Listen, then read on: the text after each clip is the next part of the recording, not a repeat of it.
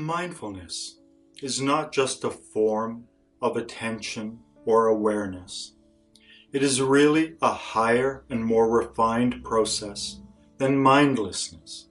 So when we are mindful, we are actually stepping up into a higher state of awareness, a state that is fueled by a higher, more refined energy.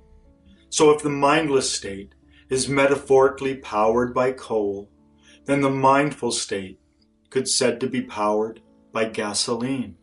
And it is this lack of understanding that creates huge blind spots in the clinical research done on mindfulness. Because if you listen to those who teach mindfulness, they make it sound like a switch that can either be flipped to mindfulness or mindlessness. And in doing so, they ignore the added effort and energy required for us to be mindful. They also do not realize that mindfulness can never become habitual and always requires deliberate intent, unlike the mindless state. And this is why it can be so difficult to achieve and maintain. The mindful state is actually a whole order higher than the mindless, mechanical, machine-like state we normally inhabit.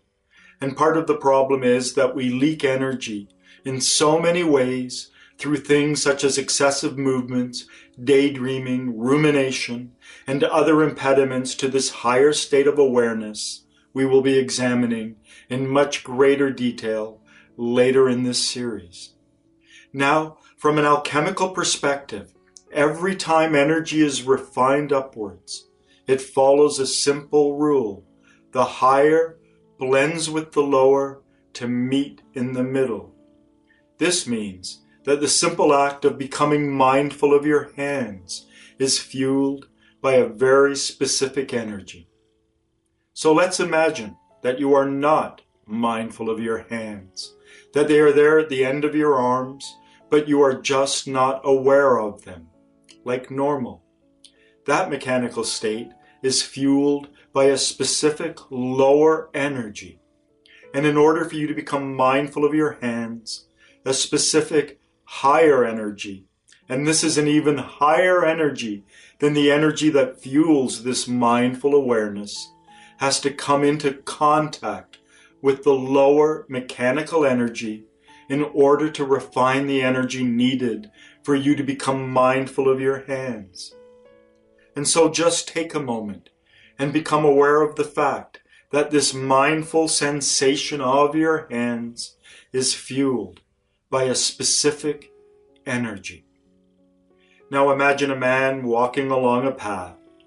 He sees a beach of golden sand. He takes a pan out of his backpack and steps into the water and begins panning for gold. In other words, he begins to refine grains of gold out of the golden sand. Now the man is the higher energy, the golden sand is the lower energy, and the gold is what is refined in the middle when the higher meets the lower. Now there is an immense ancient understanding to this whole process, especially as it applies to our evolution and development, something we will be exploring later.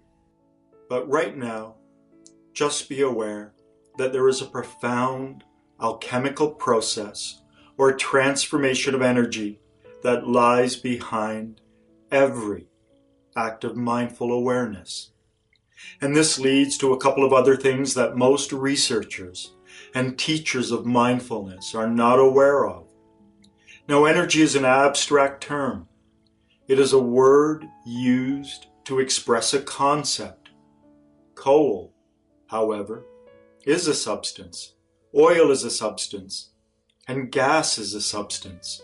So when I am talking about the transformation of energies, I am actually referring to a physical substance that is refined out of other physical substances within us, like gold refined out of golden sand, or gasoline refined from oil.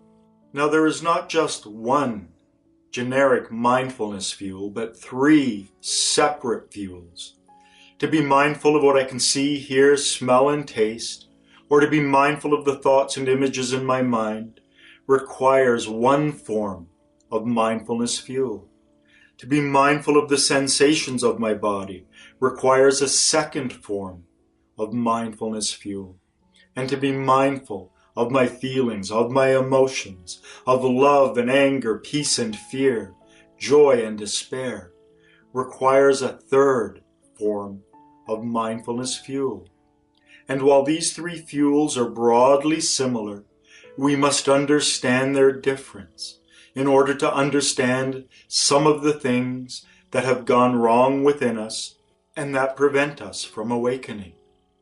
Now the higher blends with the lower to meet in the middle, and when this alchemical process works the way it should, little molecules of mindfulness, like particles of silver, are refined out of each experience, and these molecules are like drops of water falling from the roof of a cave, and when enough drops fall, a stalactite forms, and these stalactites can be abnormal and deformed, firstly, if we do not follow the proper form and sequence, that is head brain, body brain, and feeling brain mindfulness, or, and please try to follow along, consciously looking, listening, smelling, and tasting, while sensing our body as one organic whole and breathing a tiny dollop of joy up our primary feeling circuit.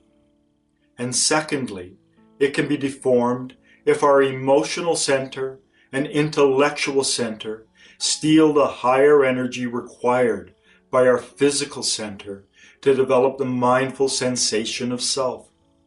Something that happens all of the time in most people. And this last one is very important to understand because it is one of the biggest stumbling blocks to awakening, as well as the cause of so much that is wrong in this world today, such as tribalism, nationalism, fashion, and entertainment. And it will be the subject of a number of videos later in this series.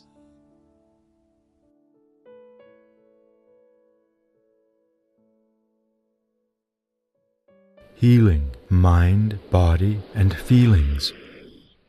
The Toronto hypnotherapist.